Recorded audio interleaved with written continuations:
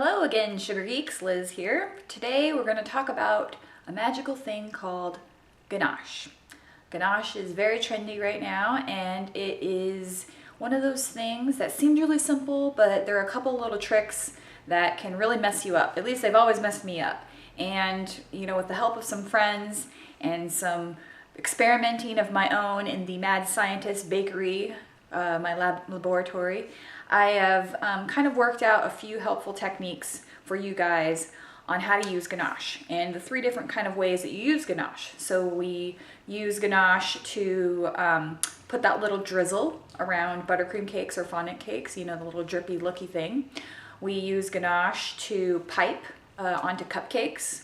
And we have been using ganache to get those super sharp edges on our cakes and icing them on the outside. So how do you get those different consistencies? Is it a special recipe? Is there some sort of magical technique that everybody's doing that nobody's talking about?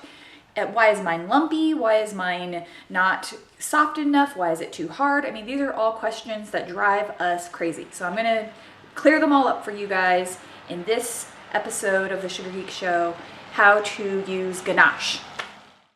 All right, to figure out how to use ganache, the first thing we need to do is make some ganache. So we're going to weigh out a pound of semi-sweet chocolate chips. I get these in the bulk section at Winco, and we're using the 2-to-1 ratio, which is twice as much chocolate as cream.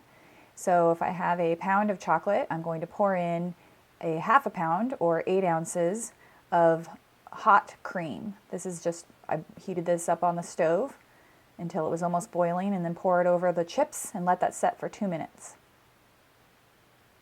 Once it's been setting for 2 minutes, we're going to go ahead and start whisking to bring it all together.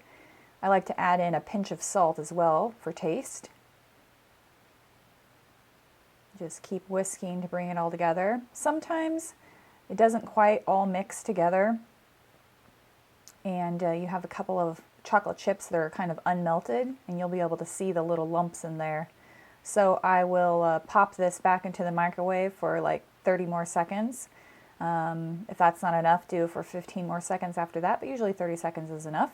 And that just melts all the lumps in there. And if you don't melt the lumps, then what happens is your chocolate starts to recrystallize and it starts getting lumpy and grainy. So if your chocolate is lumpy and grainy, that's what's happening, is you didn't actually melt all of your chocolate. So don't be afraid to pop that into the microwave or the double boiler until you get a nice smooth consistency. And when your ganache is at this consistency, this is what you would use to do the drizzle effect. You pour it into a one of these bottles with the little tips on it that you can get at pretty much any cake decorating store.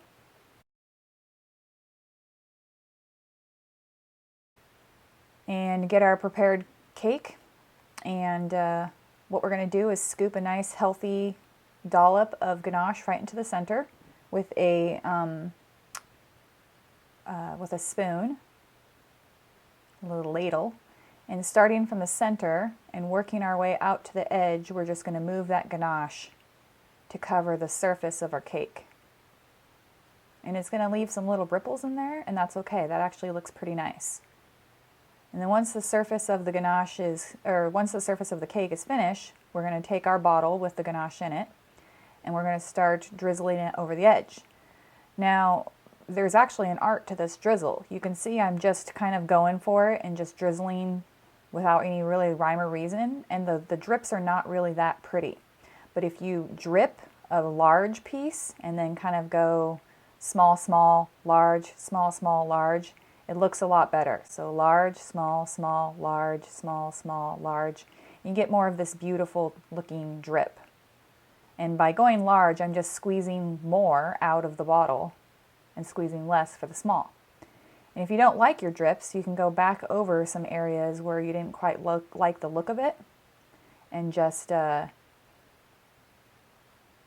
fix how that looks until you're happy with how the overall drip effect looks.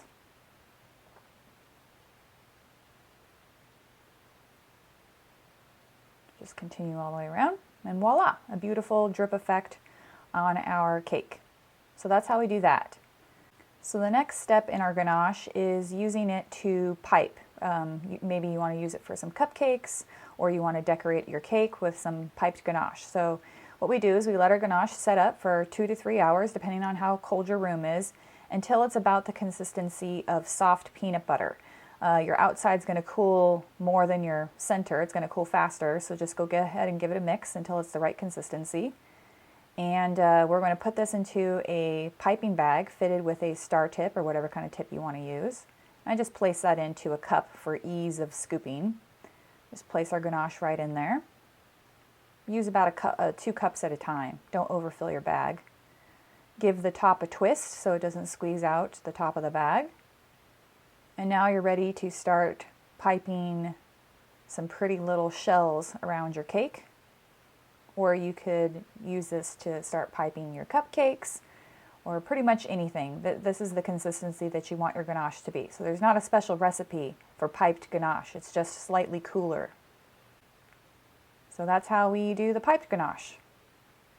And when your ganache is at this consistency, the peanut butter consistency, this is also when you want to start ganaching your cakes. Whether you're doing the square technique, which Cara Bustos, she has a really great tutorial on how to achieve those super sharp edges, or you could pick it up in my book, my new book, Artisan Cake Company's Visual Guide to Cake Decorating, on Amazon.